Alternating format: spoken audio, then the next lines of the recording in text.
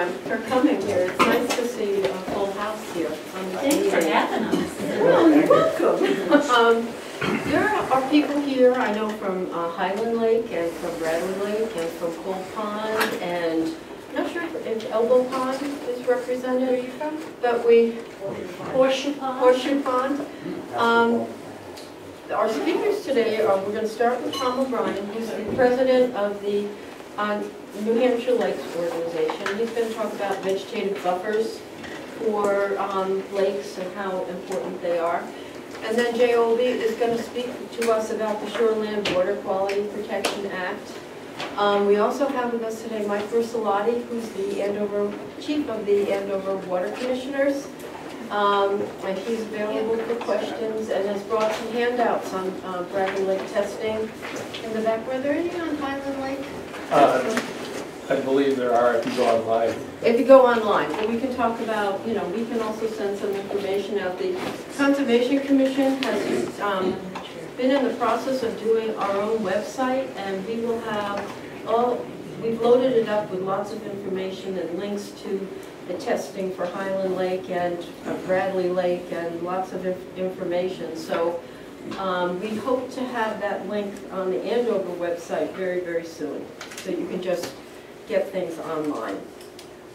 So with that, I'm going to say here is Tom, and he will then introduce Jay when he's done. So thank you, everyone. Thank you. All right. Thank you very much.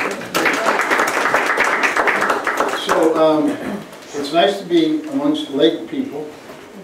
I've done a lot of lake and river work over the years, and we used to joke about the lake people and the river people. They were a little different in their focus. And of course, maybe the lake people had webbed here, and the river people maybe were longer and angular or something. In fact, they were quite alike. But the thing we've noted about lake folks is they often have a very special interest right there in front of them. So I hadn't expected that folks from a number of different lakes would be here, but that's very exciting. So then I thought, well, how am I going to talk about vegetative buffers to an audience of kind of an unknown quantity? Didn't know who you were, how many there would be, what you wanted to know, what you already knew.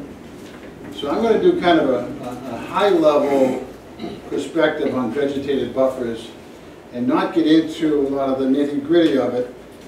Jay will take us further into that and, of course, talk specifically about the regulatory aspects of what happens within the shoreland area, right, that area 250 feet from the water's edge. I'm going to be trying to talk about function and value, and I take a risk in some respects in maybe starting in too basic a way, because you'll know more to start out. But I just wanted to make sure we all started, we had the same information to begin with.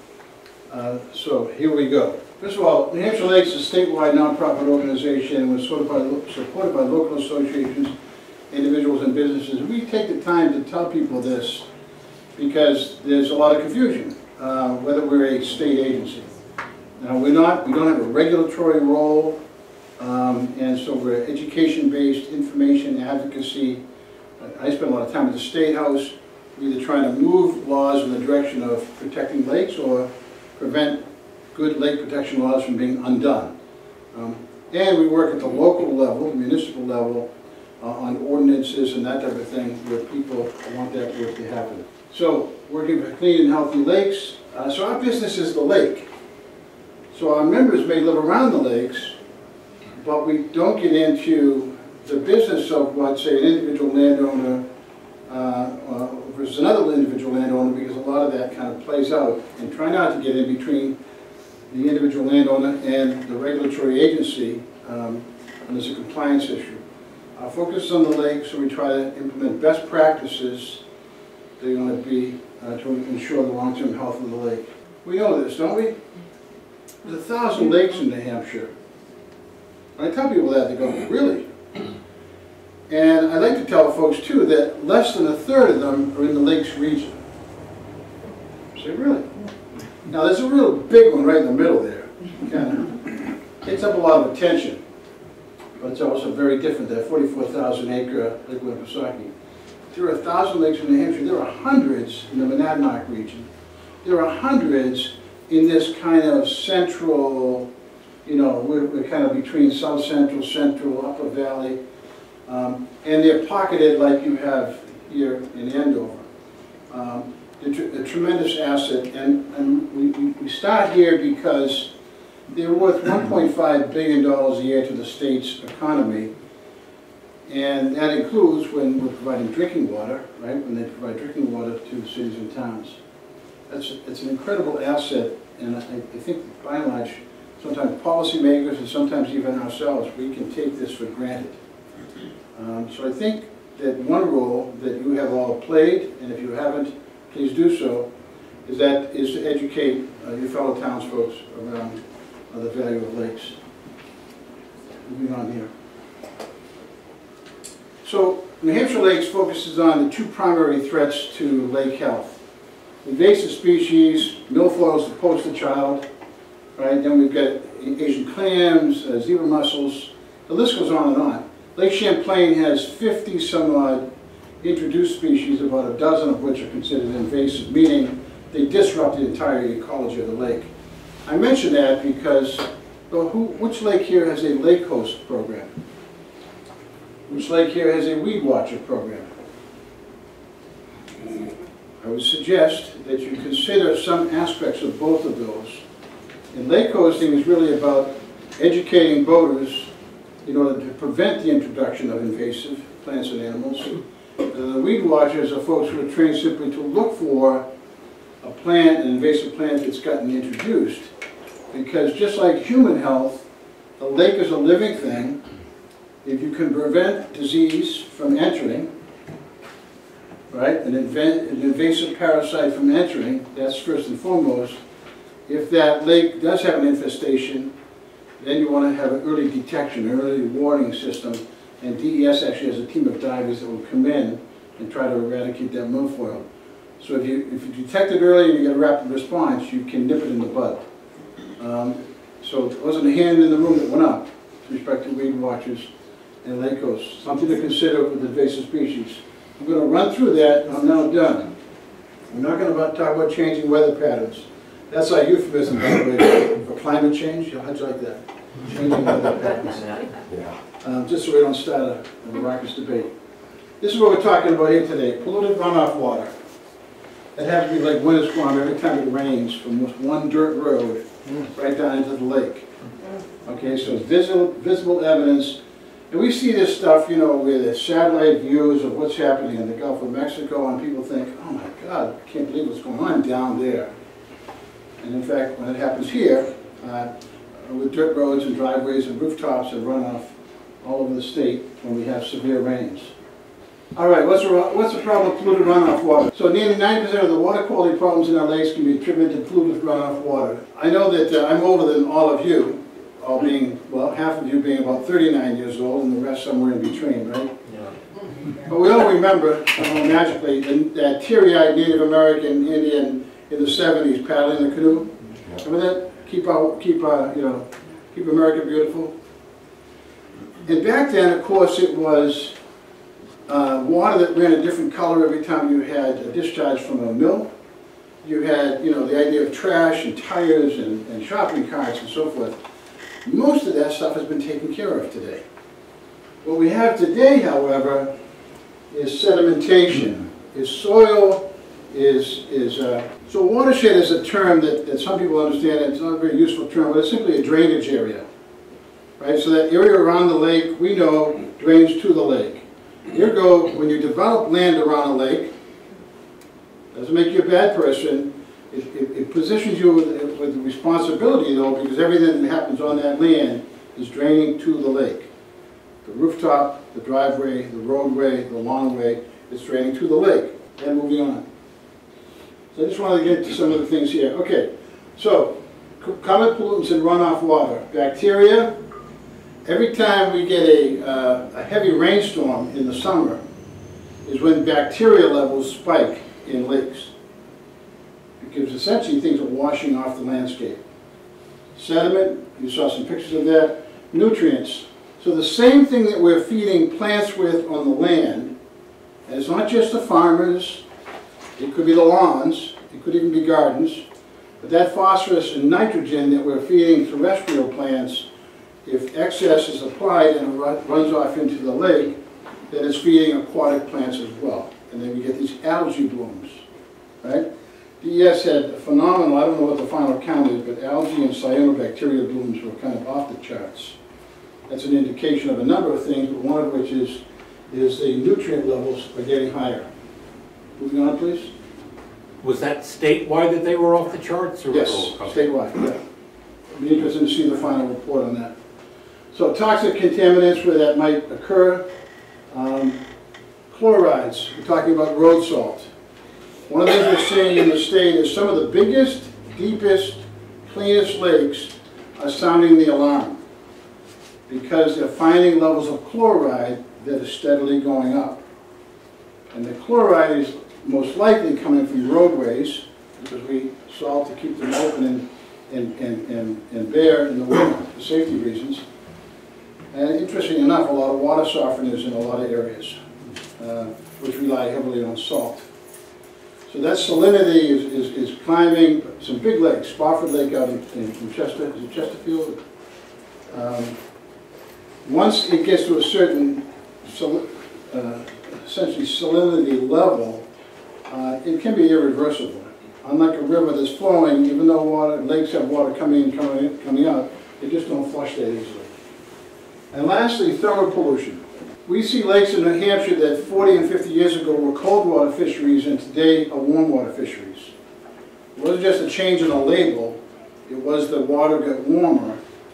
Part of that is a function of a clearing of the landscape, where that landscape now is heated from the sun and that runoff water is coming into the lake in a heated condition. I don't know about you, but this summer there were some days where I stepped out barefoot onto the asphalt on my car and I was hopping around. It's like I was a little kid. I was like, I can't, hopping all around, getting back on the grass. When you get asphalt and even rooftops, we don't think of rooftops, and those get superheated, water coming off those rooftops, off that asphalt, off that concrete, entering the lake is kind of a heated impact, right? So if you get enough of that over a long enough period of time, you have thermal pollution. Okay, so vegetative buffers. By the way, I got to get a vegetative buffer picture. I thought of this one right here. The best vegetative buffer I've ever seen is the salad bar. It's like between the dessert and me, it's got to be the salad bar. That's going to be the best vegetative buffer I've ever seen. I need to get a picture of that. So, something that serves as a protective barrier, just for starting on the same page here. From a water quality standpoint, it's a vegetated area on a water body that provides shade, it stabilizes slopes, and can help slow down and clean stormwater runoff or polluted runoff. Very simple. It can be a forested landscape, or it can be as simple as if that forest is cleared, making sure there's a significant vegetated buffer, at least adjacent to the waterway, to provide some type of roughness, an area where the water is going to slow down, infiltrate, be taken up by the plants, the nutrients, before that water runs off into the lake, right? We know that the more forested that condition is, the better the buffer. But even farmland that's open and free of trees can have a vegetated buffer that is functional and working. Might not be as aesthetically pleasing, but it can work. I worked in the Catskills, which is the New York City water supply watershed. 300 dairy farms. The cows did two things really well.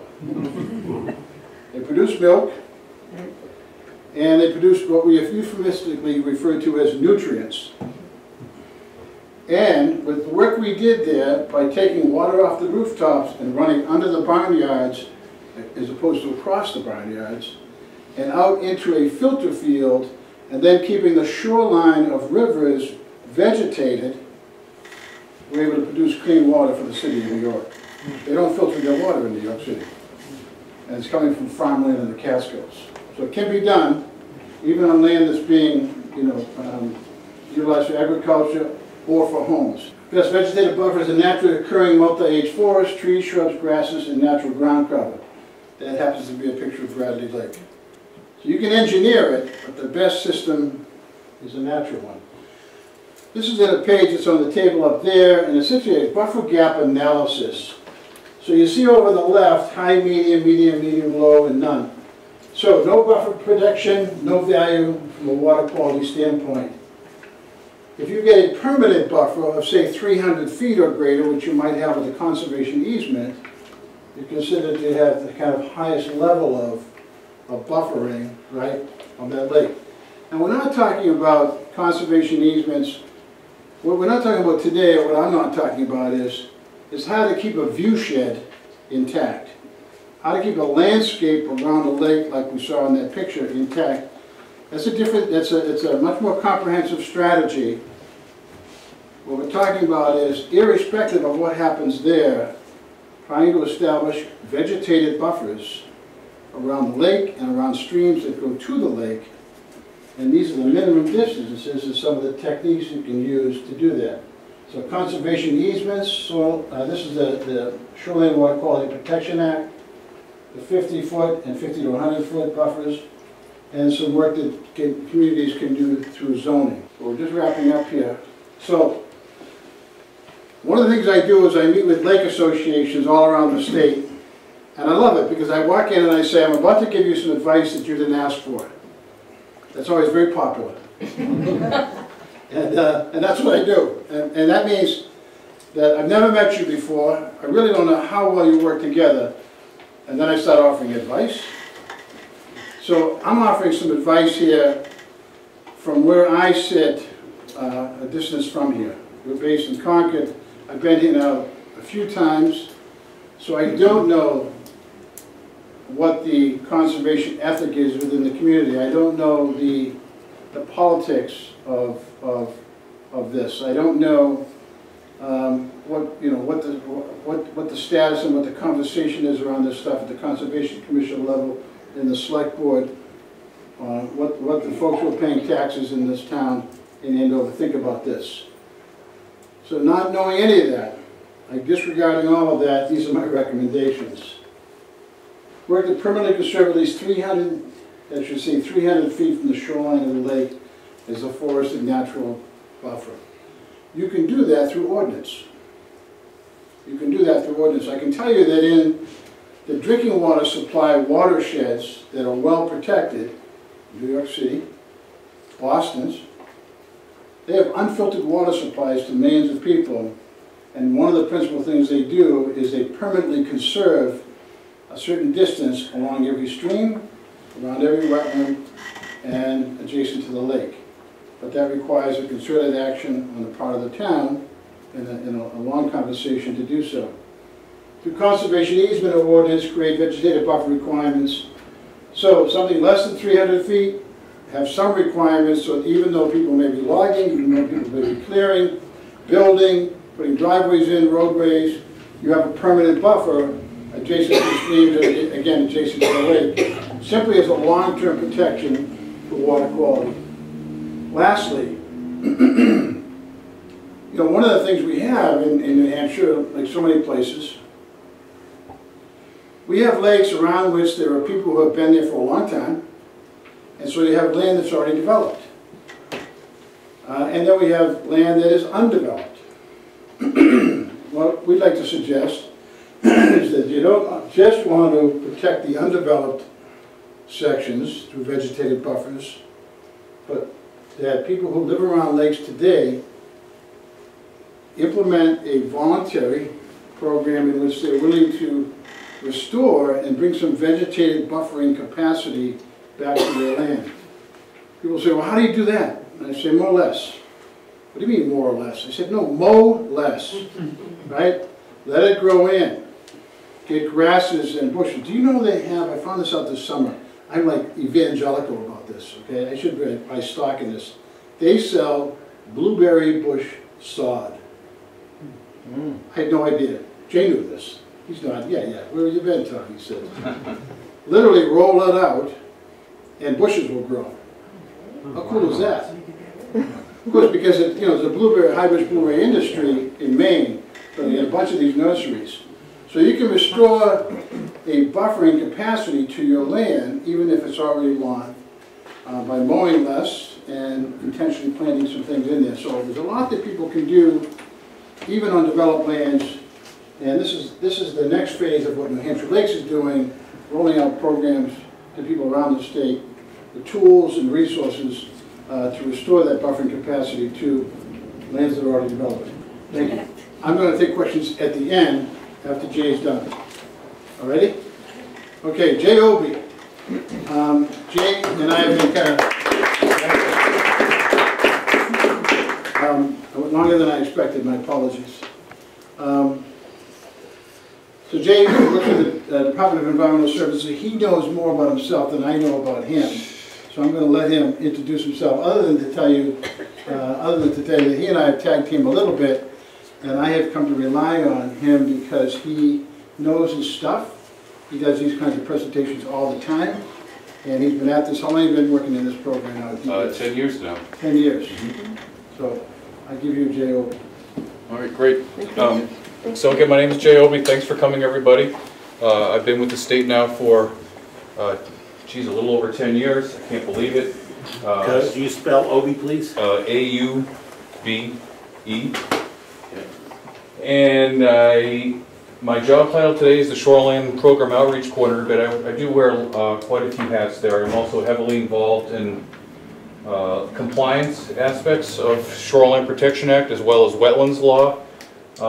And I'm very heavily involved with website maintenance, etc. So I guess the take-home point there is I have a really good working knowledge of how many of the land resources management types of activities operate in DES.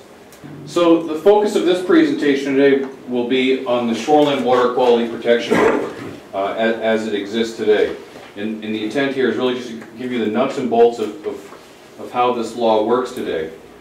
What I'll talk about is we'll really look at the intent, the purpose of the law, what the law is trying to achieve. I think regardless of what federal law, state regulation, or even local ordinance, no matter what it is, it's great to take a step back and look at the purpose and the intent. What is that law trying to achieve? We'll look at some of the key pieces of the law relative to cutting down trees, removing vegetation. That always seems to garner a lot of attention. We'll look at something called impervious surface limitations. We'll touch on the shoreline permitting process. That is all those projects that require a shoreline permit. And I'll just touch briefly on the shoreline structures and docks as well. The order is out of place there, but also I think it's super important to take a look at which water bodies in Andover fall under the jurisdiction of the Shoreline Water Quality Protection Act, of course. So we'll jump right in here to the purpose of the law, and we can go way back in time and think about once upon a time the water bodies here in New Hampshire were just inhabited by Native Americans, and we slowly began to settle many of the communities here in New Hampshire. We by damming, raised many of our water bodies. And if you look back in time a bit, even Newfound Lake in Bristol, look how well vegetated that shoreline is. Pretty remarkable. Here's a 19-mile bay in Lake Winnipesaukee. It certainly doesn't look like this today. Even Weirs Beach in Laconia was relatively vegetated. And look at the shoreline in the background there as well. If you were to look at a Google Earth image today, the shoreline is very developed in this region. And back in time, most of the dwellings on our water bodies were this is the classic, seasonal dwelling that existed on our water bodies. And what started to happen, particularly in the 80s, there was a period of time when the second home market was booming, and a lot of people from the south were coming up and taking these old cottages and then doing complete teardowns and then converting them into modern looking year-round dwellings. And with that they were also bringing a lot of behaviors that you would see typical in suburban and urban environments, meaning large lawns right up to the water's edge, etc. And you can look closely at some of that development here on this water body, and when you look, say, at this lot here, Here's an example of, some more modern-looking dwellings, gravel driveways. We call this impervious area, meaning impervious area by definition, meaning it doesn't have the ability to absorb a whole lot of rainfall. And if you look more closely down below here as well, the roofs certainly are impervious. And when you get a major storm event that, say a front rips through New Hampshire and you get that intense rainfall, there's stormwater racing off all those impervious surfaces. And taking a look at the flow path of the stormwater, it's certainly much more apt to directly discharge into our surface waters. And especially when you remove that natural buffer. And that's the natural buffer, which Tom spoke so nicely to, is such a critical component in terms of protecting water quality. And when you have areas like this here where it's largely lawn now, which was once a natural system with natural ground covers, native bushes and shrubs and trees and saplings, now there's not a decent buffer there. It's not able to intercept that stormwater. And again, Tom showed you this photo here, which is the result of lack of buffers in impervious areas. And all of that stormwater contributes to accelerating the growth of aquatic plants. Rather than feeding the plants that should be on land, we're feeding the vegetation that's in the water.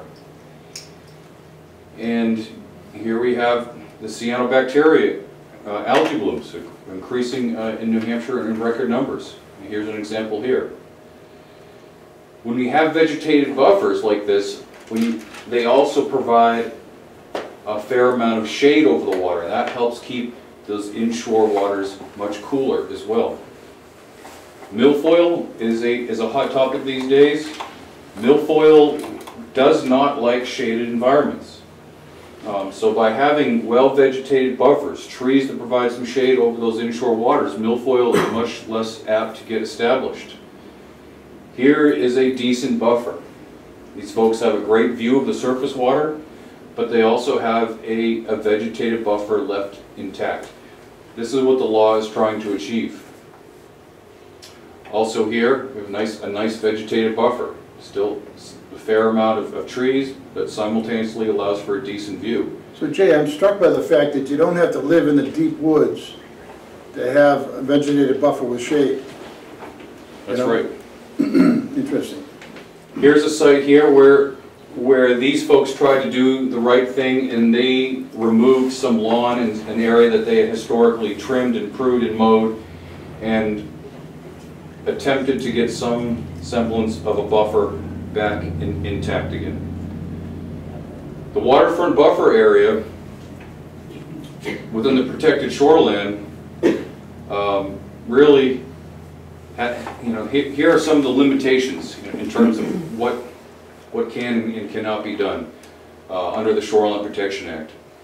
What the law says is that if there are natural ground covers intact, those natural ground covers need to be left intact. They can be cut, shrubs can be cut down to a level of 3 feet, and also trees can be removed technically, but there are limitations.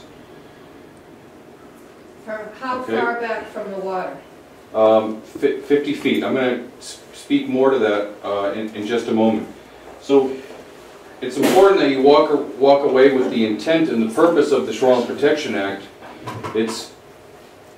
The Shoreline Protection Act recognizes the value in vegetative buffers, and it looks to maintain them where we have them and provide some level of restoration in cases where buffers are lacking.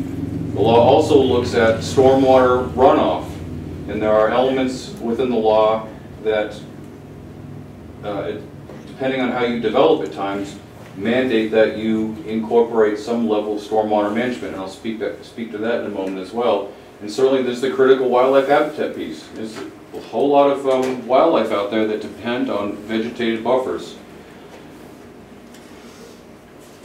think it's important to take a look at Andover's protected water bodies really quickly. All water bodies protected under the Shoreline Water Quality Protection Act are located on what's called the Consolidated List of Water Bodies, jurisdictional under the Shoreline Water Quality Protection Act. It looks like this here. It's a comprehensive list, alphabetical by municipality in the state of New Hampshire. You can scroll down, find Andover, for example, and then we can take a look at its lakes and ponds. And here we are. You know, you have several lakes and ponds that are greater than 10 acres. That's the threshold. All lakes and ponds greater than 10 acres are protected under this law. In terms of rivers and streams in New Hampshire, all what's called fourth order streams, all fourth order and greater. I'm not going to take the time to go into detail on what a fourth order stream is, but the Reader's Digest version of that is it's your larger streams and rivers in the state. And within the town of Andover, you have the Blackwater River, Cascade Brook, and Fraser Brook, which is also referred to at times as Eagle Brook. On the column on the right, it tells you where these streams begin, where the level of protection starts on these streams and rivers. So for the Blackwater River, it's pretty easy. It's at the juncture of Fraser Brook and Cascade Brook, right over to the right here. But I think it's important to take a look at Fraser Brook quickly here for a moment and travel up. We'll travel all the way up past Eagle Pond, and where the red dot is there, that's where Fraser Brook becomes protected under the Shoreline Water Quality Protection Act. You can even zoom in a little more closely here. It's actually, I believe, all the way up technically in Danbury. Okay? So Fraser Brook, in its entirety within the town of Andover, is protected under the Shoreline Water Quality Protection Act. It's something that certainly even municipal officials really need to get on board and recognize this. Certainly when it comes time to issuing even local building permits for impacts that fall within 250 feet of Fraser Brook. Same can be said for Cascade Brook, which is protected under the Shoreline Water Quality Protection Act, all the way up into the town of Sutton. Okay? So, pretty important to recognize that piece. So now I'll touch on the Shoreline Protection Act minimum standards. This is really the nuts and bolts of the law as it exists today. I had one slide that was kind of misplaced and we'd already taken a look at it. But really, this is the protected shoreline. It extends 250 feet from what we call the reference line. That's typically the interface between the water and the land. And there are varying levels of protection based on where you are within this 250-foot zone. Be mindful, in 2008, the state adopted a 50-foot primary structure setback. So all new homes, residential dwellings, need to be at least 50 feet from the reference line. Once upon a time in New Hampshire, there were maybe 70 or so municipalities that had a lesser setback. The city of Franklin, for example, had a 20-foot primary structure setback. In 2008, the state said it's 50 feet across the board. Many municipalities have more stringent standards today. Some, I know the town of Conway, for example, has a 75-foot primary structure setback. One of the things I wanted to say, Jay, is that I said 300 feet, and people say, well, that's only 250. So this whole body of law here is as stringent as people could get through a 424-person legislature with pressures coming from all sides. This is a minimum standard, and we argue at New Hampshire Lakes that at present it's insufficient. So this is not what we're suggesting. If you're going to take it further, this is not the standard by which your efforts should be measured, but in fact going further than this.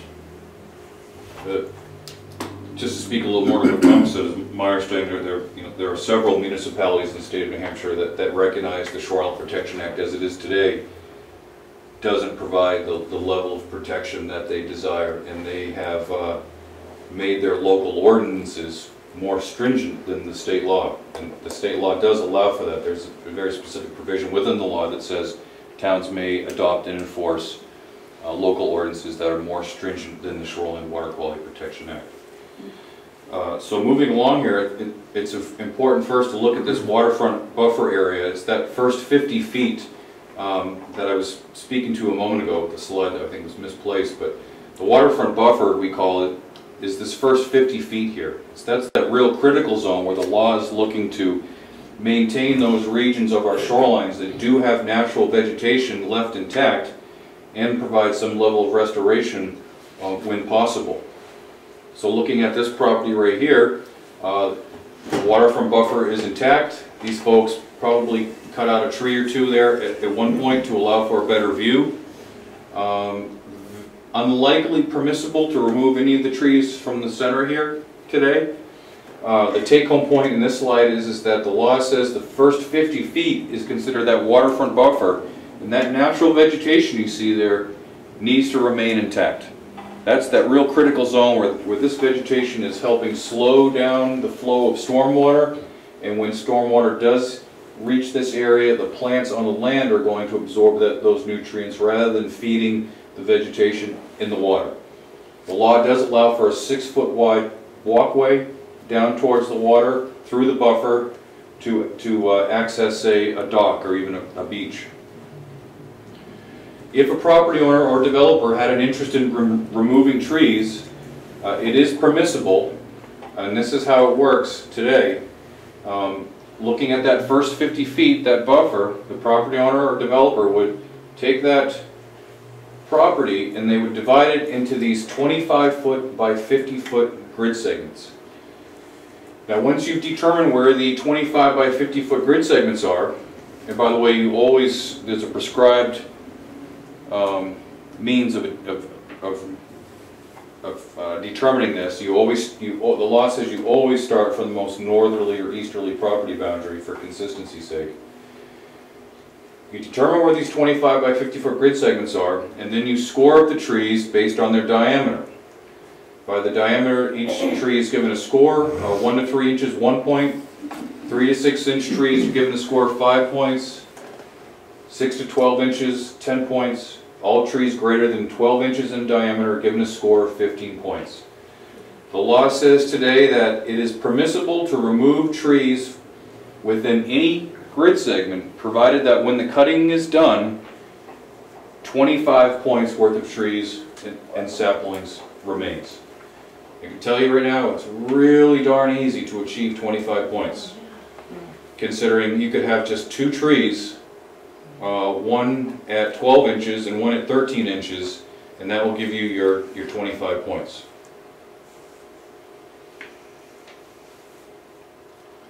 Looking at this property right here, I just arbitrarily elected where I placed the grids.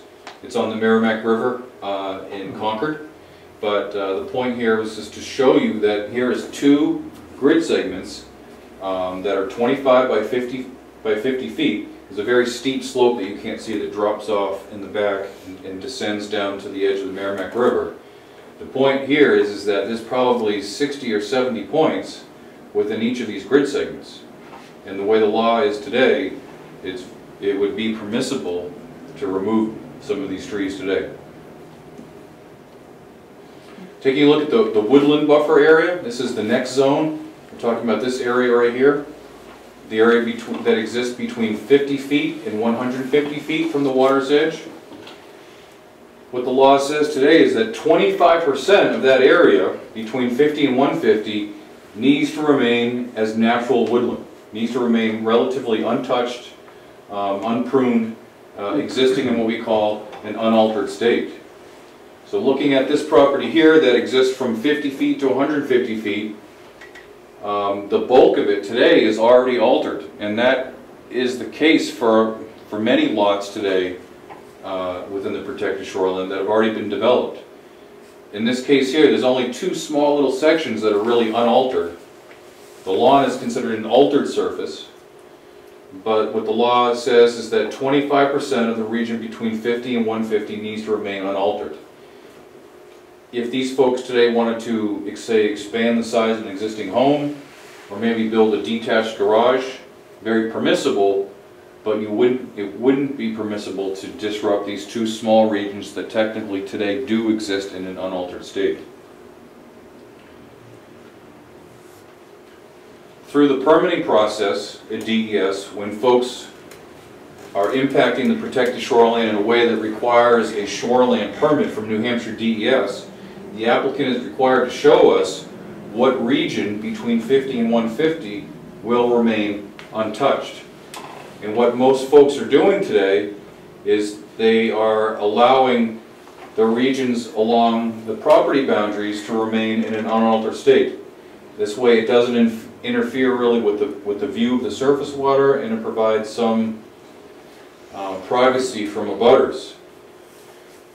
We receive a tremendous amount of calls during the summer, and people are complaining, and they're seeing what appears to be a large clear cut, a very impactful project,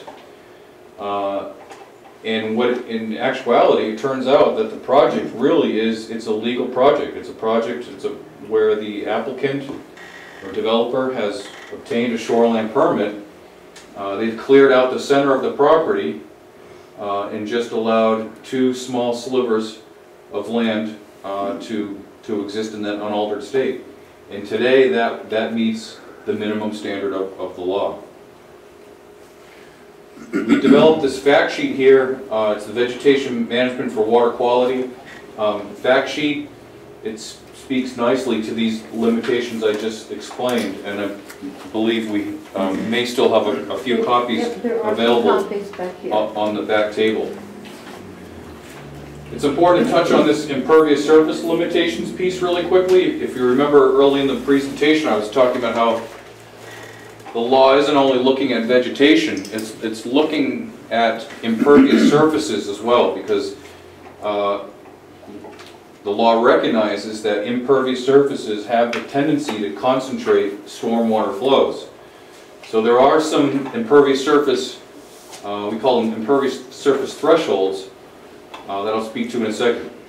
So by definition, any modified surface that cannot effectively absorb or infiltrate stormwater is considered to be impervious. So it's your roofs, decks, patios, walkways, even a gravel crushed stone driveway is considered to be impervious. Looking at overhead at this property here, and we'll just attempt to look at the impervious area here. Well, we'll zoom in more closely and look, it's the rooftop footprint. It's the footprint of the structure. Decks are even considered impervious, and the gravel parking area here. So just looking at this small lot within the protected shoreline, you can see a large portion of this lot is impervious. It doesn't have the ability to infiltrate stormwater. Where is that stormwater going during a storm event? Very likely running across the lawn here, maybe picking up some fertilizers from the lawn, discharging directly into the surface water. You can see there's very little buffer there at all. It's lawn right up to the water's edge. So there are these, what we call these impervious area thresholds in the law. If you're developing in a way, or building new structures in a way that maybe greater than 20% of your post-construction impervious area will be greater than 20% or 30%, if you exceed either one of these thresholds, that's when a couple things need to occur, namely installing some mechanisms to intercept stormwater and sometimes also enhancing the buffer. So I'll take a quick look at each of these thresholds, and we'll start with the 20% threshold. So let's say you have an old cottage, an old cabin, and somebody wants to come in, they want to tear it down, raise it, and build in a new, more modern home, maybe a larger home, and when the job is done, they're going to increase the impervious area so that it's greater than 20% of that lot. What the law says is that it's permissible, but you need to incorporate what's called a stormwater management plan so that you can infiltrate the stormwater, get it into the ground, rather than having it flow into the lake or the pond. How do you do that? There are a number of ways to achieve that, and they're often very low cost, but highly effective ways to get the water to slow down the velocity of it and get it into the ground. Especially if you're already going to have mechanized equipment on site, excavators and backhoes, etc., say putting in a new foundation, you can dig with a depression area like this here. And what this is called a rain garden, and it's a depression in the area that was a lawn, and it accepts a fair amount of the stormwater from the driveway. The driveway was impervious. Here it is in action. It's filling up with stormwater. And the plants and the vegetation that are growing there, you know, are adapted or suitable for wetter conditions. If there is any overflow in that rain garden, it flows over into some of that vegetated area. And who comes 5 years later to make sure that Great point. I didn't let that totally grow up into weeds and it's not? It does. Great point.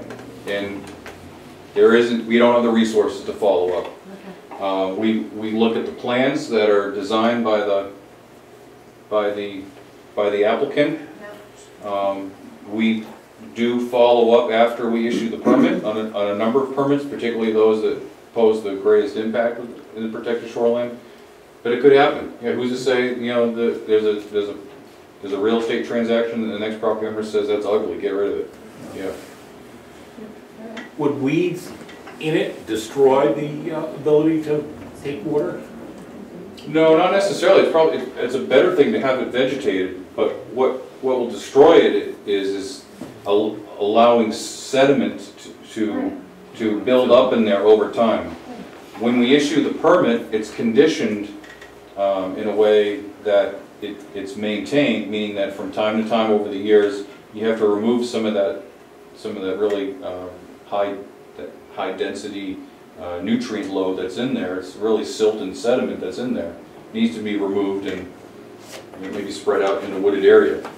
Here's another rain garden here where the downspout on the roof allows the rainwater to be intercepted in this depression area here. Dry wells also low cost but highly effective ways to get that stormwater into the ground. Even drainage swales, I'm not talking about systems that are incredibly high tech and need to be designed by an engineer. They're just means of slowing down the water, allowing it to get really intercepted and infiltrated slowly into the ground over time. These drainage swales too, they also need to be maintained over time. There will be some sediment buildup at the base there. Infiltration trenches. It's a 2 foot wide by 2 foot deep stone trench that takes and accepts stormwater from the neighboring roof. Again, getting the water into the ground rather than running over the lawn into the water. Even rain bars like this, directing the stormwater into wooded areas. Here is a site actually on Suncook Lake in Barnstead at a very steep slope down to the residential dwelling. They expanded the size of it. That pushed them over the 20% threshold, and they had this depression area at the base of the driveway that collected some stormwater by way of catch basins as well within the driveway. Any overflow during storm events is directed to the wooded area in the background there.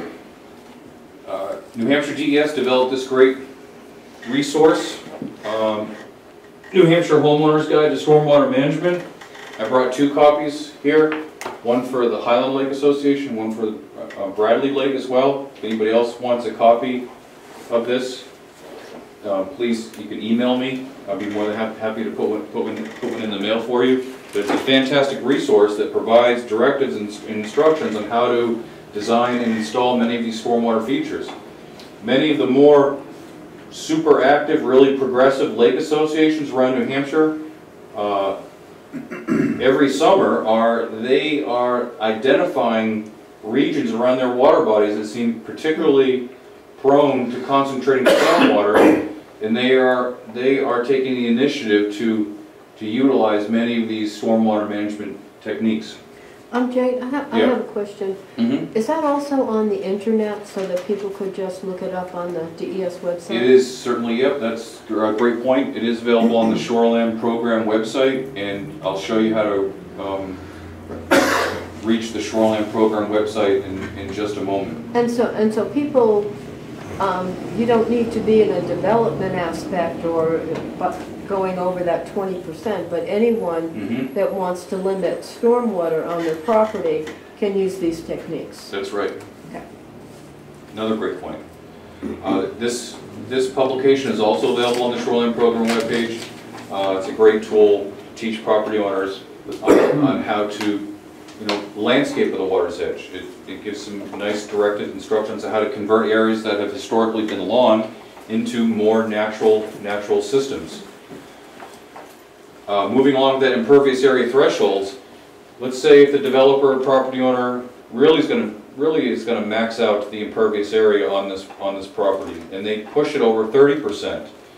This is when the law not only does it seek to achieve that level of stormwater management, this is where the law allows for some restoration to occur.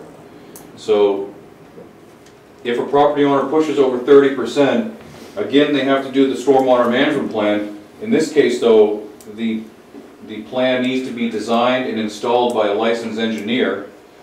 And the other piece is that if you recall the 25 by 50 foot grid segments I showed you a moment ago in the waterfront buffer, if any one grid segment does not meet that 25-point minimum score, this is where the law says, okay, you want to build a really large structure here, that's fine, you're going to push your property out over 30%, you can do that, but at the end of the day you need to make sure that you do some plantings if necessary, putting in some saplings, natural ground covers and shrubs, and ensuring that each of your 25 by 50 foot grid segments meets the minimum 25-point score. And there's a prescribed way to achieve that. It doesn't have to come solely by way of planting trees.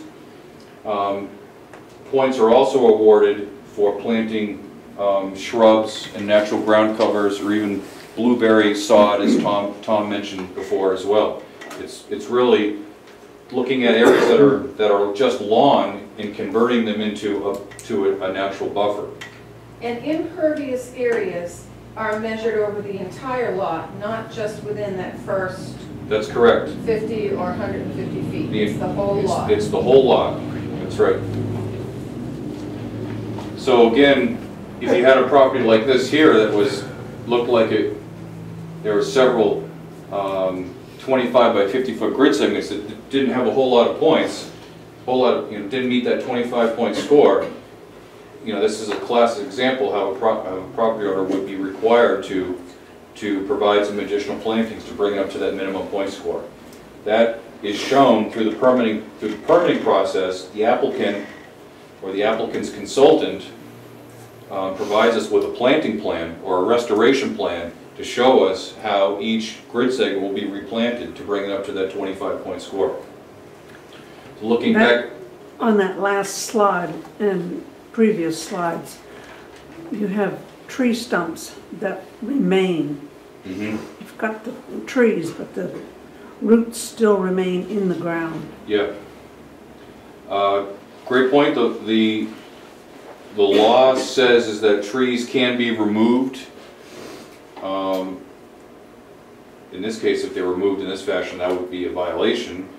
But the law does say that when trees are removed, that the stump does need to remain intact in the ground. It can be ground flush to the ground, but the stump needs to remain intact to keep that shoreline stable.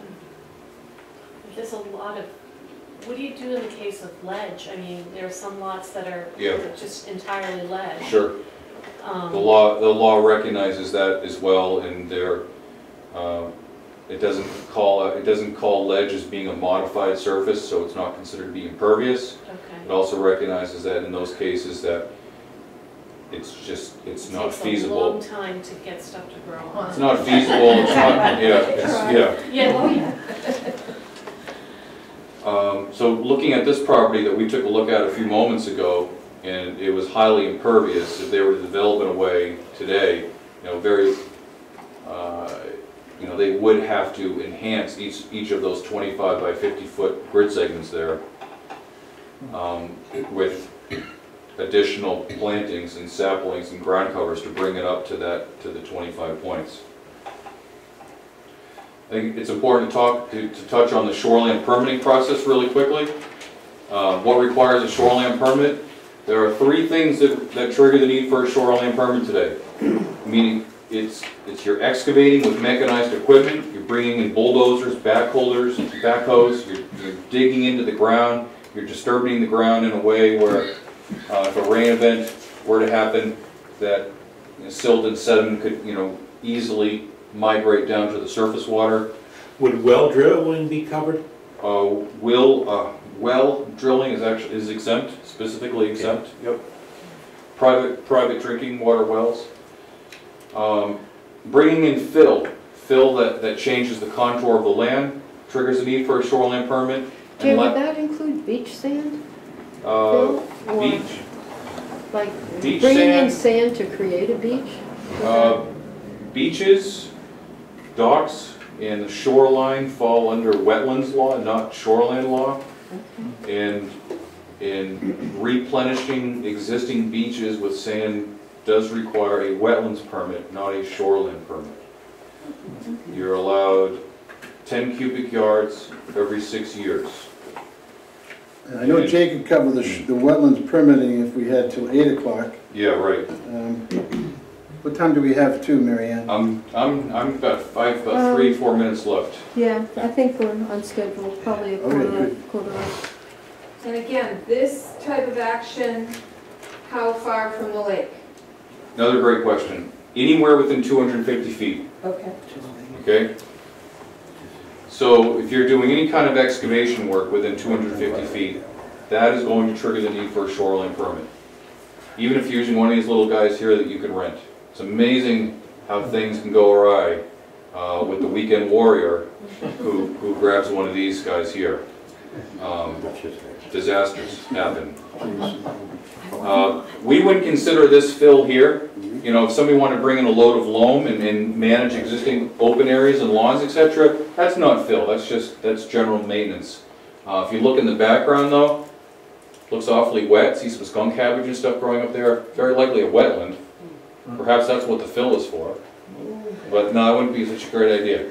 But the take-home point here is that's not fill. Doing something like this is fill. This is recontouring the land, maybe putting in terracing this, putting in a retaining wall or something. Pretty large-scale project. This would trigger the need for a shoreline permit. Taking systems like this here and converting them into steps like this, putting in new impervious areas, patios, walkways. This here triggers the need for a shoreline permit. These are new structures within the protected shoreline. Also, new structures within the protected shoreline triggers the need for a shoreline permit. New patios, okay, requires a shoreline permit. Taking existing impervious areas like a walkway and replacing it in kind, tear these out by hand, or even if you use a piece of mechanized equipment, you were able to pluck these guys out of here and just put in a new walkway in its place. Really no excavation, no filling, there's no increase in impervious area, does not require a shoreline permit. Same can be said for this old cruddy patio. I'm going to put a new one in. Hey. Go for it. Hey, that's my house. Sorry about that. Go for it. Get it done. Ensure that you stay within the same existing impervious area footprint. Don't expand it. There are many low impact projects that qualify for what's called the shoreline permit by notification process. This was installed a few years back so that low-impact projects that propose relatively low quantities of new impervious area, they could achieve, or they could acquire a shoreline permit relatively easily. And the same can be said for all those folks out there who have decided to do the right thing, and they're looking to install many of those stormwater features I showed you before, even when it's not mandated by the law, by going over those impervious area thresholds. The law also recognizes that we want people to do those projects, and to get it done, oftentimes it requires mechanized equipment, a bulldozer or a backhoe. And they qualify for this streamlined permitting process where you can get a shoreline permit in 5 days through email. It's for stormwater management projects, and it's for projects that propose a total impact area that doesn't exceed 1,500 square feet and does not propose more than 900 square feet of new impervious area. Can I add to that? Sure.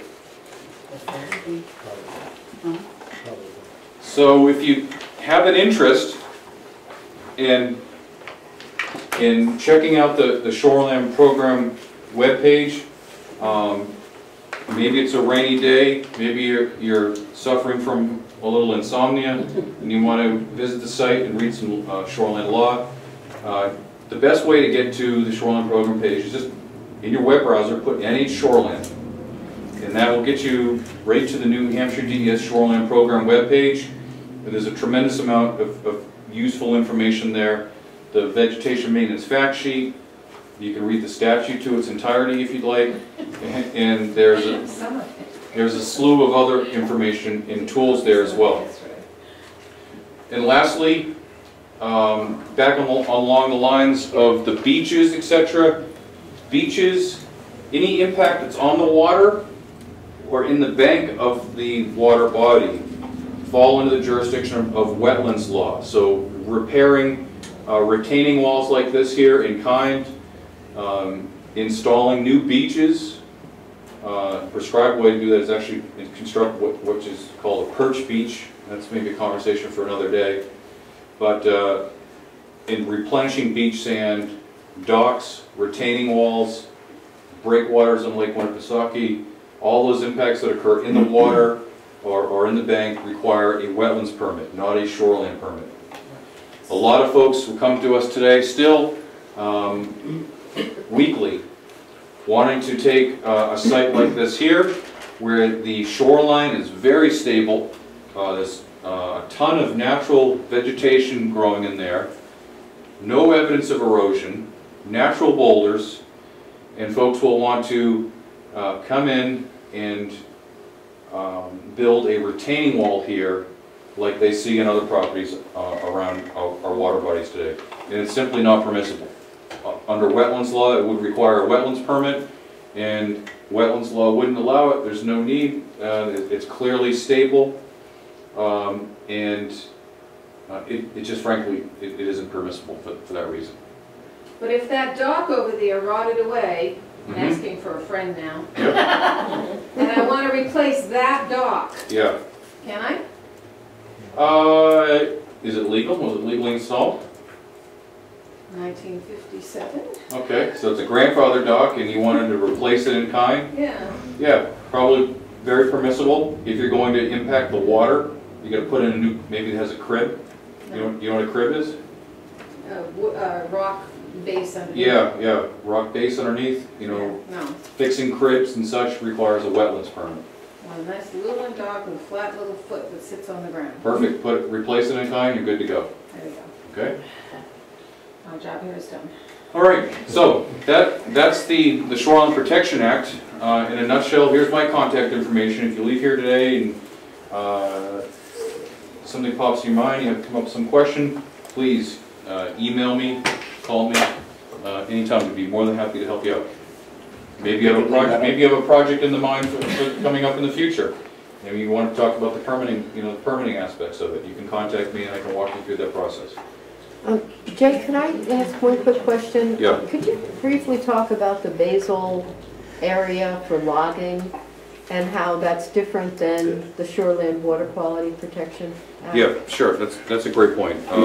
forestry operations, logging, timber harvesting. As Tom said before, when our legislature gets together and they build and construct these laws, there are a ton of stakeholders out there that have an interest in how these laws are being developed. And the timber harvesting folks have it so that if it's a true timber harvesting activity, meaning that you apply for what's called they call it an intent to cut, so that the site is properly taxed and the state gets its fair share of the money associated with harvesting that timber. That is what makes it a true timber harvesting activity. And if it is, the Shoreline Protection Act says that activity is exempt from the Shoreline Protection Act. They do not have to adhere to the Shoreline Protection Act at all. But the way the forestry law is today, which is RSA 229J7, the forestry law says that if you're engaged in timber harvesting activity adjacent to, say, a water body, the law says that they need to allow 50% of the basal area to remain intact within 150 feet from the water's edge. That law is way more stringent than the Shoreline Water Quality Protection Act. If you remember a little while ago, I showed you the area between 50 and 150. Today you can clear cut 75% of that.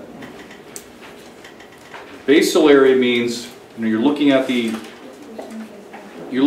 area of the tree. Basically 50% of the product out there in a well-distributed stand under forestry law needs to remain intact from 50 to 150. So does that answer your question? I wanted to show you. So that there's people understand there's a difference if it's a logging operation than just a homeowner activity. That's right. If it's an individual property owner and they haven't gone to the municipality for the intent to cut, it's not a true timber harvesting activity. They're operating under the Shoreline Protection Act. Timber harvesting, 229J7. Just wanted to show you folks one other thing that's useful here. On the New Hampshire DES program page, there's also this lake information mapper where you can click on almost any water body in the state of New Hampshire, and you can get some water quality data. For instance, you can click on Bradley Lake and get this type of information here with a number of different reports, including this lake report here. You see this Volunteer Lake Assessment Program, the VLAP program. I wasn't aware of this until just the other day. And that's what I left on the back table. Oh, are you a member? Are you a VLAP member? Yeah, Larry Chase and myself. Yeah, Larry, and I think Paula, you do the yourself? I haven't Some of that? participated for. Do you want to talk about the VLAP program at all and Well, what you essentially, do? yeah, I just dropped off a copy of that 2017 report. Essentially, it tells you that we have like an oligotrophic lake, which means that it's deep and clear and great. You can see that one parameter that looks somewhat unfavorable is the pH of the water because it's below 7. Is that acid rain or what? Yeah. And basically the soils here don't really have much buffering capacity. But so you have 7 years of data here. right, and we seem to have a fairly stable baseline of phosphorus and chloride. We're also looking at chlorophyll.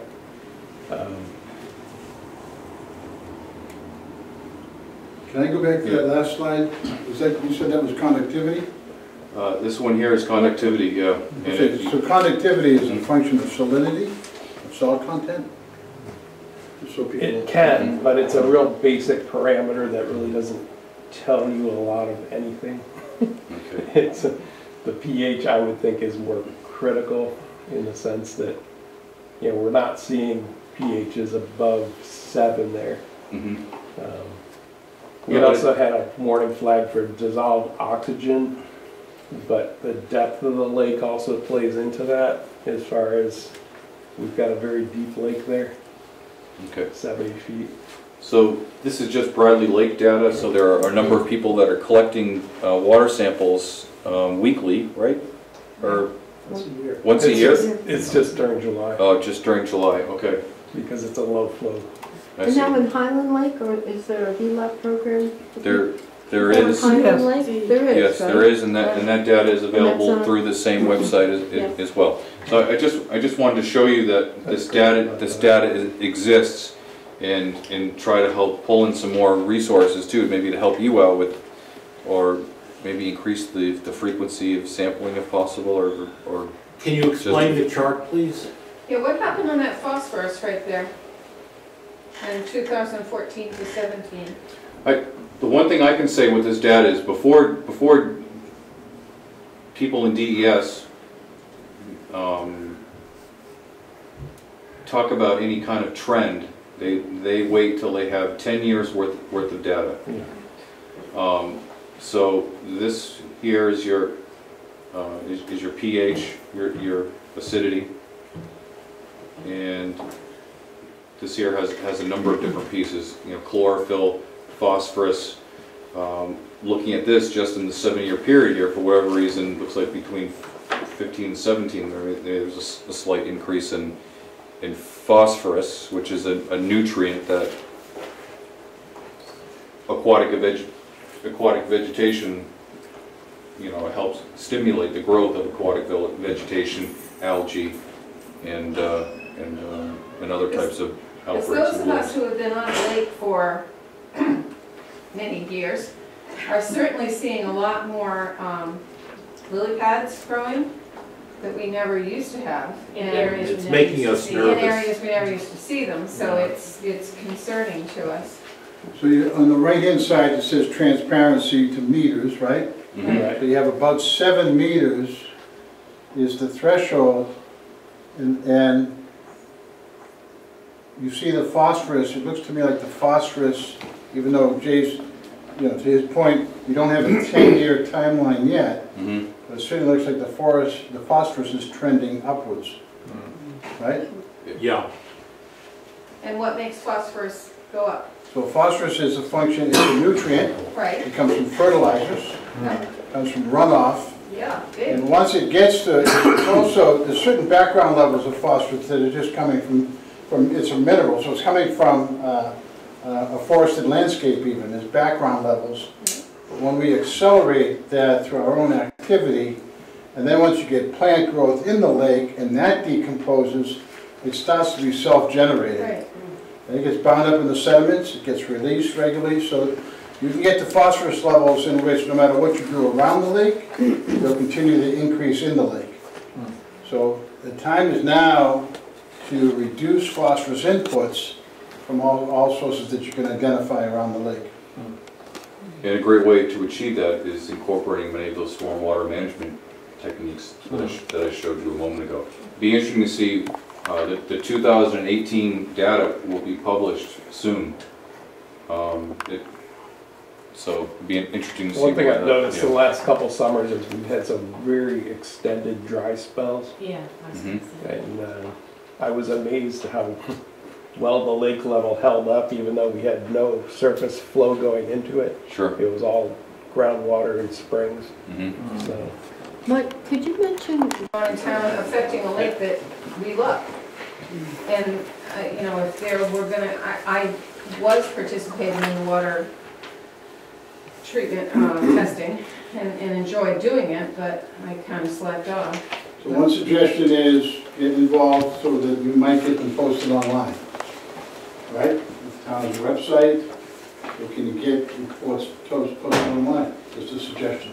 well, Wasn't and we that- are putting more on the Conservation Commission website. Once we get that up, we have the links to the testing information, and we get things like the document, the best practices document that Mike mentioned. We can put that on the website, but we could also, if everyone, we can get email addresses for Well, I people was gonna that say, you're want asking back there, aren't information.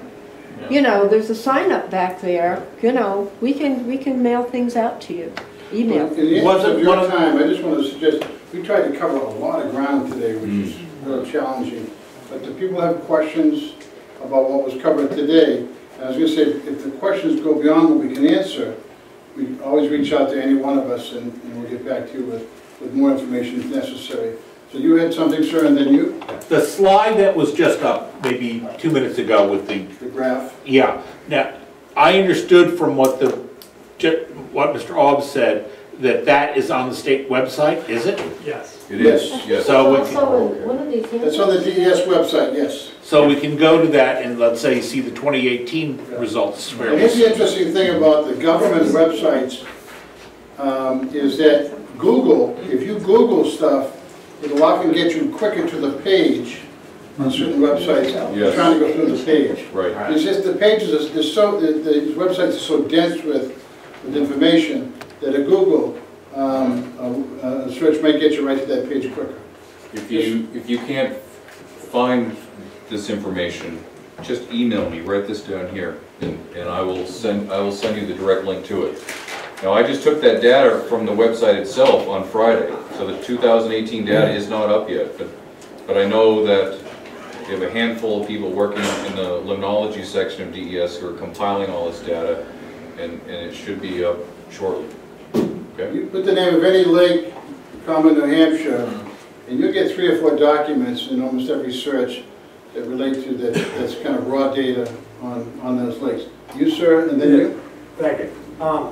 The presentation was absolutely fantastic, and there's a lot of great information here, but what I was waiting for, we were just starting to touch on what happens if we don't observe the best practices. Sure. We were right there, ready to start and say, now you're going to get lily pads, and you're going to get the milfoil from other boats, and Sure.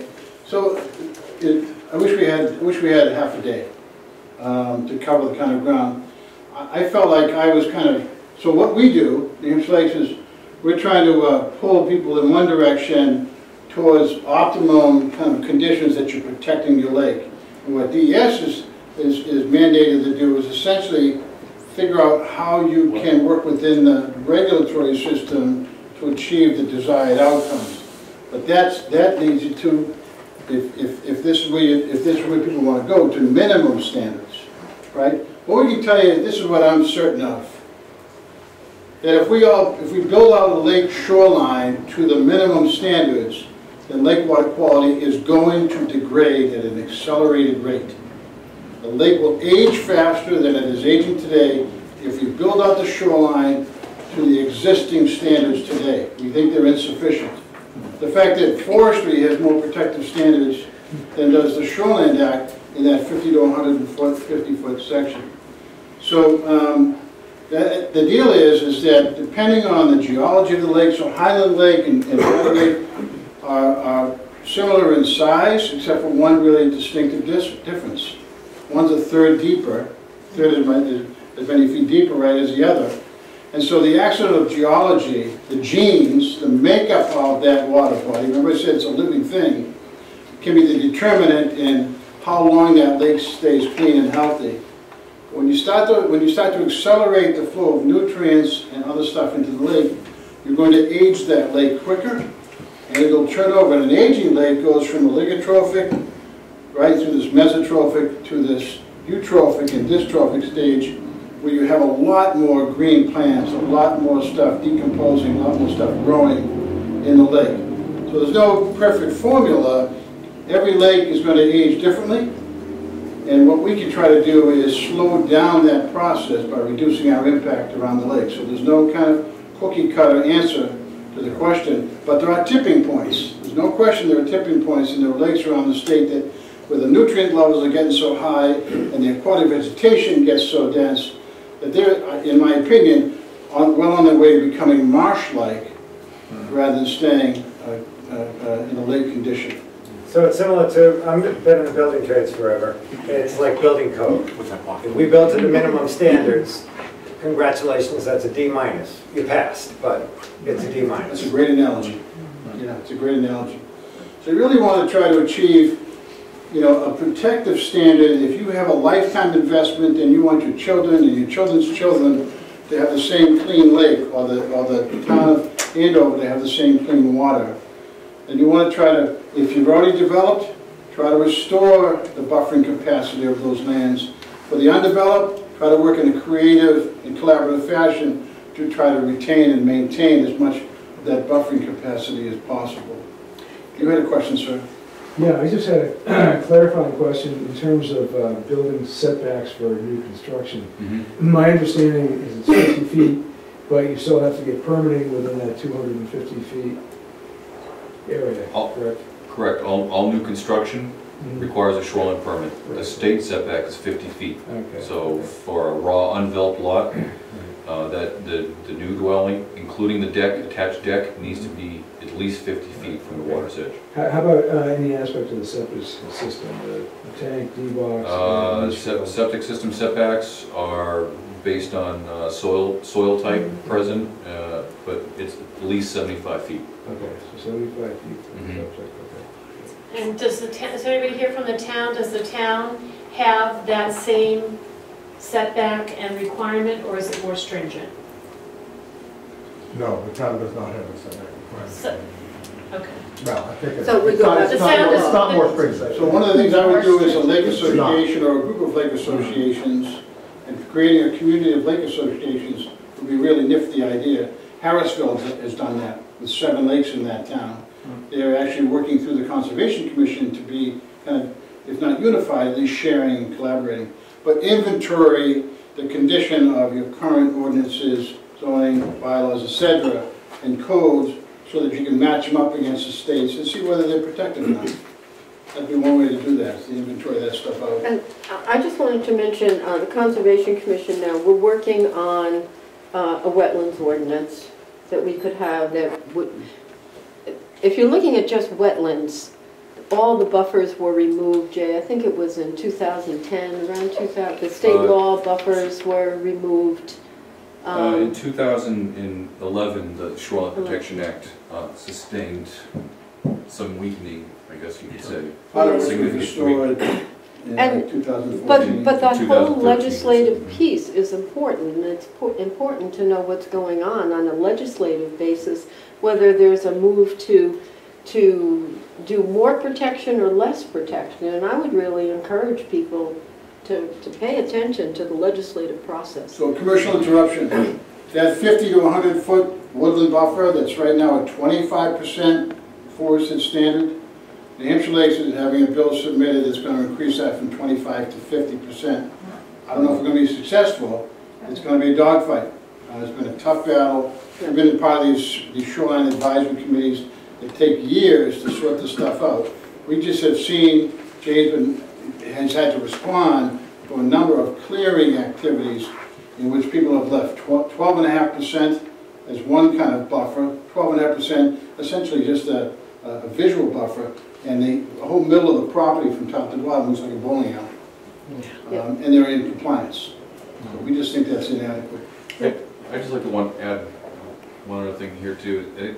You know, you're all here for a reason. You all care deeply about these lakes. I think, you know, education is the key. Collectively, how well can you organize yourselves here to have a stronger lake association, a stronger presence, a stronger voice, so that you can educate other folks and then collectively look at properties in maybe regions of gravelways that seem particularly prone to concentrating stormwater, and collectively work together to address those issues.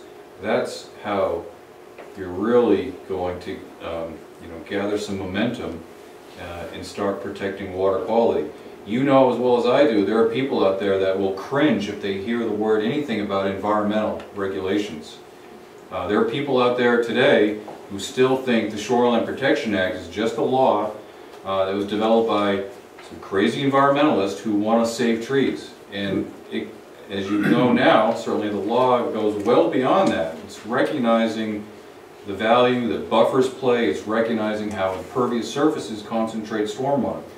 You folks need to educate the other folks that are living on your water bodies and get them on board and let them see the connection between water quality and property values. When you start talking about dollar signs, that's how you're going to garner the attention of some of these folks. Because when you lose water quality, you're going to lose property values in a hurry, and it happens. I have my big idea. Okay. you guys need to have an annual associations or lakes meeting in Andover. Get together once a year as a group and figure out what you've got in common, what you can do together, so you're stronger in number. That's my big idea. And one of the things the Conservation Commission can do, if people are thinking this year about what would you like for us to bring you for an educational thing, say next summer, next spring. Maybe it's a workshop on how to actually construct a rain garden, you know, so that you can actually get out there and do it and have somebody help you do it. But, you know, we can bring people in that can teach these kind of things, and we'd very much like to do that. It just oftentimes today, I don't know if it would exist within the school districts here, but oftentimes seniors need a senior project to graduate. Maybe you have a private school here too. And you can engage these students, get some free labor, and Proctor Community Project, service project. And you know, it's a community effort, and it's great to see, you know, a bunch of high school kids out there installing a rain garden. You said seniors, I thought it was coming in. You know, Can I suggest we have a meeting next summer as opposed to October? I think we'd get a lot more people. yeah, we just need to get, I think we've got great traction here by starting now. We've got a lot that we can think about. And educating our children, you know, when I was a kid, we learned that it was bad to smoke. We got my dad to quit smoking, okay? Educate the kids, invite them up to the lake, get them to see for themselves what's going on. You have a Watershed Warriors program that is really for young people, and happy to bring that out here to any kind of festival or event, old home days, whatever you do in town. We had a question here, and then a question over there. Yes, sir. Well, I was just wondering, what is the penalty for someone who just cuts the trees Great question. and Sure. in the middle of the night, and you don't find out about it till the next day? Right. So great question, the compliance piece, right? Right. Yeah. Go ahead. No, off of their trees. There is some misinformation, there is a misconception out there that developers and contractors can just pay the fines associated with removing trees and then wash your hands and then be done with it. And that's not the case. If it's really egregious and somebody has, you know, clear cut a property, we receive the complaint, we perform the site inspection, we confirm that a violation has occurred. The department's approach is that we request that buffer be restored. Now, how are you going to restore a buffer that once had, you know, a bunch of 100-year-old, even 12 or 15-year-old trees? It's not going to happen. But what we do is we request that the buffer be replanted. We request that they hire a qualified professional, maybe a landscape professional, to submit to us a restoration plan to show how that buffer will be planted with more trees, whether it be 2-3 inch trees, in a way that brings it up to the minimum standard to 25 points. Then they're also required to submit monitoring reports to us every year to show us the success of those plantings and provide some remedial actions in case those plantings are not successful. Well, a case in point, I don't know if anyone on the Conservation Commission has, or Mike, you've probably Are seen you going to name this. a certain property? I'm gonna name a lake. Oh. I'm gonna say, if you go in Bradley Lake and you take your boat up to where Bradley Brook comes into the lake, you're gonna find that there is an additional 2 feet of silt that has come down Bradley Brook and into that lake. And I don't know how it got there. I have my suspicions as to how it got there, and yes, I'm wondering, did anybody ever pay the price for doing this? So it's thinner there, the water's gonna heat up faster there. Talking about property values, I don't know how the people down that end of the lake even put their boats in the water anymore, because they can't believe that it's navigable for them. So one of the things that happens in lakes is that there's a certain amount of nutrients that will come from the landscape and a certain amount of silt or bed load which will come from streams. Now, if there's disturbance upstream, that can be natural, Beaver dams let go. Newfound Lake has sedimentation occurring because of change in weather patterns, more intense storms. But the reality is that because it's no longer a stream, that silt that comes in is not moving out. So that's part of a natural aging process, but if that is somehow due to disturbance, then you've accelerated the process. That's what we were talking about before. So working together, I will tell you this, I've been doing this most of my life now, and there is not and never will be enough regulatory enforcement to do the job. It's just not the way we're wired as a society, as a culture. It's going to take citizens like yourself doing the best you can in influencing others. And that doesn't mean telling on others, although you might, but influencing. And that means working together and establishing a standard around the lake that you consider, frankly, socially acceptable. And that is to have that vegetated buffer. That is to do a stream walk with your friends and neighbors in the spring so that you see up along that stream's edge where those disturbances might be, so that you can get involved if in fact it has to be something that's corrected. It takes citizens, it takes people. You know, it's not an accident that Squam Lake is in such great shape and Sunapee is in such great shape. Those lake associations are 100 years old. And it isn't because of wealth. People say, well, look at the houses there.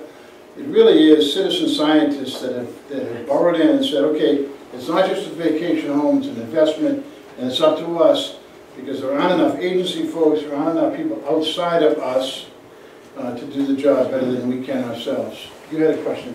Yes, for Highland Lake, it seems like more people are here from Bradley Lake, but we have a place on Highland Lake, and the association has, I guess you would call it disbanded. This was the last annual meeting was this year. My husband and I went to go to it, and they didn't even have a meeting. Earl Davis sat down. He's the president of the Association for Highland Lake.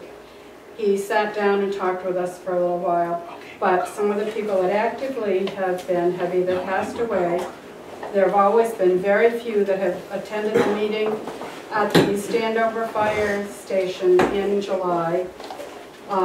He is still going to do all the testing. He's still going to do all the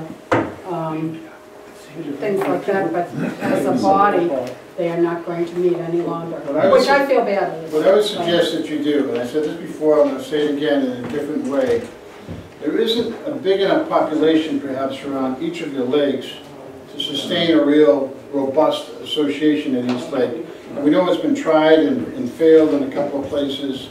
Sounds like Highland Lake may have dissolved. You're still going to have it. You're still going to pay your dues. So what I would suggest, but you're not going to have an annual meeting. What I would suggest is channel your efforts through the Conservation Commission, and from there create a forum, an opportunity to come together and do some of this stuff. Because it might be there that you can create a critical mass in order to be effective as a group, if they're not going to be able to do that lake by lake by lake. And we're not Andover residents.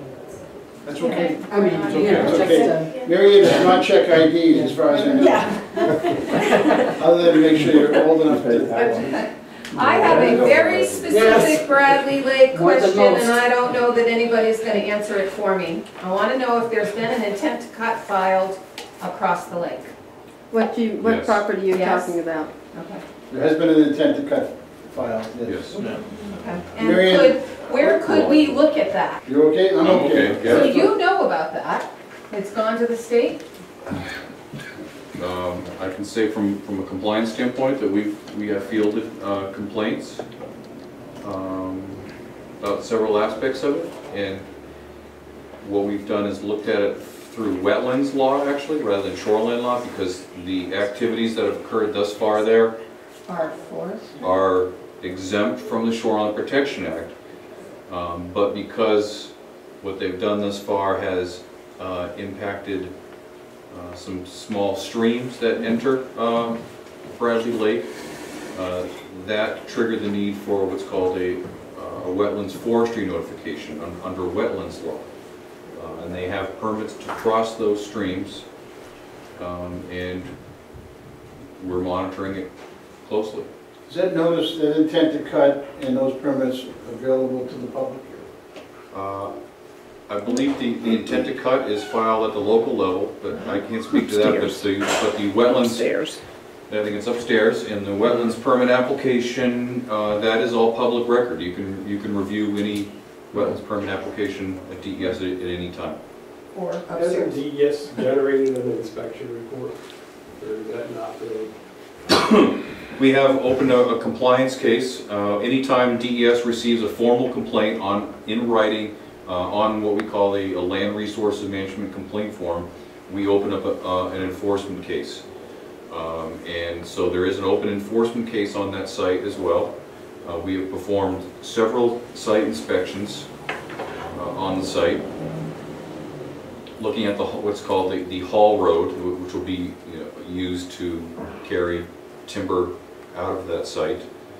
And at this time, they are in compliance. The haul road is in good shape, and although it's very close to the water body in places, it's in decent enough shape at this point where it's not posing a whole lot of harm or threat to the water body. At what point does a forestry operation morph into a change of use? It does happen from time to time. Because we have suspicions that that's going to happen to our lake. So here's what I'd like to suggest. I'd like to, if there's any other questions generally, let's get those and then be able to move to this so that people who are interested about this issue in particular can stay and talk. But I just wanted to see if there are any broader questions. That was the challenge I think we had with lots of pieces to this. Maybe a few too many to cover in one evening. Is there a select board person here from Is there a select Andover? board person from, No, Andover. No. I'm hearing no. but there is a See, that- planning board person here. But that would be too bad. So, We don't get the opportunity as out-of-state residents to meet You with have the to make select it- board very Well, often, so I'd that like would be to- something I'd But I like. would like to mention that, and I think, where'd Larry go? We did put together, and where we invited lake residents to come to a select board, there was a special select board meeting, and it was very low attendance. And so, So how do you notify How them? did we know how that? do we notify people? That's a very good Okay. question. I think that the way, and what we've done in the past is, we get the addresses because all the property tax records are digitized at this point. And so we get, letters are usually sent out using whatever address is on the property tax make a record. suggestion. That's right. I've been in this business a while. Set that meeting for next summer, now, Yeah, I think that's a good idea. and report it out during the course of the year. If it's a town newsletter, if it's a town website, it requires months and months of notification because you lay folks are moving around so darn much. That's what happens. Yeah. And Yeah, put it so, around the 4th of July. we're all here. I okay, believe it was July 12th. yes. How do you determine the reference level of the pond from which the 50 feet is This determined? is where the water meets the land. At what time of year? The reference line for determining setbacks Yeah. is a known elevation. It's a surface elevation. Meaning it's on How do you find record. that out? It's on record in Okay. on the list that I showed you earlier tonight, called the Consolidated List of Water Bodies, Jurisdictional and Shoreline Water Quality Protection Act. There's a column there that has its surface elevation listed as well. What about the Okay. slope properties? I know this is crazy, but I'm a carpenter's No, wife. I know exactly what So- you asked already, yeah. Yeah, so if it's a slope property, Mhm. how is it measured? Is it measured up the No. slope or It's In a triangle. it's a horizontal surveyor's line, so straight up Yeah, and then And- back 50 feet, okay. okay? Great question. Super question, yep. Slope matters. Yep. Okay, anybody wants to talk with Jay about forest cutting on Bradley Lake, we'll be here till midnight? Thank you all so much.